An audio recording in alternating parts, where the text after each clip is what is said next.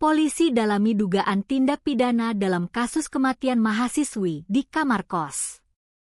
Misteri dan kabut duka kini tengah menyelimuti wilayah Gomong, Kecamatan Selaparang, Kota Mataram.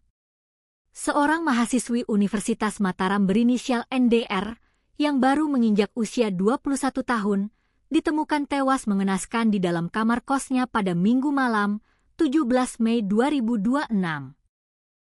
Mahasiswi semester 6 yang berasal dari Kecamatan Jereweh, Kabupaten Sumbawa Barat ini meninggalkan teka-teki besar di balik detik-detik terakhir hidupnya. Semua bermula dari sebuah pesan singkat.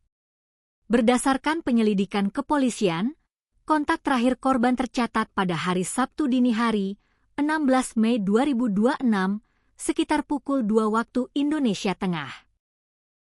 Saat itu, korban mengirimkan pesan melalui aplikasi WhatsApp kepada salah seorang rekannya yang tengah berada di Jakarta dalam perjalanan pulang menuju Lombok.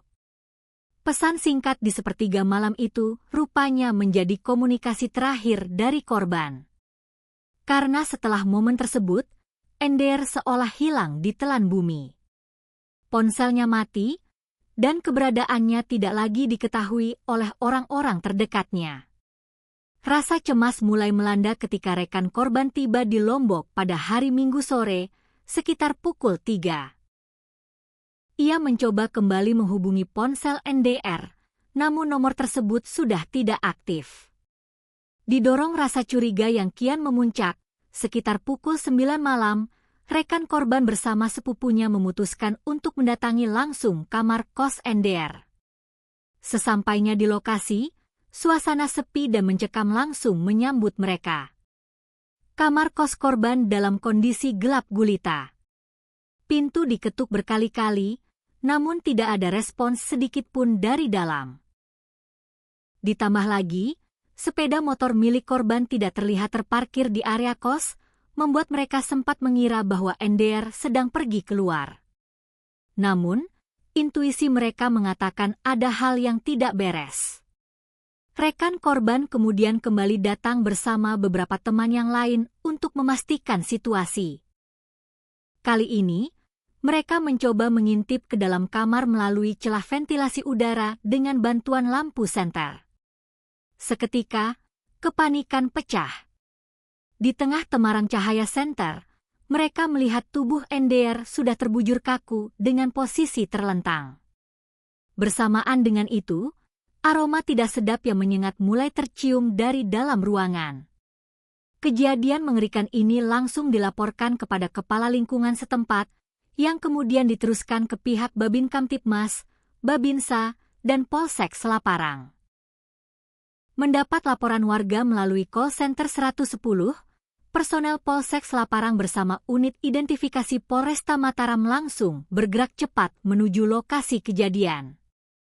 Petugas segera melakukan olah tempat kejadian perkara atau TKP yang mendalam, mengamankan barang bukti, serta mengevakuasi jenazah korban ke Rumah Sakit Bayangkara Mataram untuk menjalani proses visum luar dan autopsi.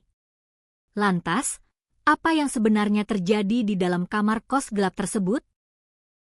Kapolsek Selaparang, Ibtu Zulharman Lutfi, mengungkapkan sebuah fakta penting.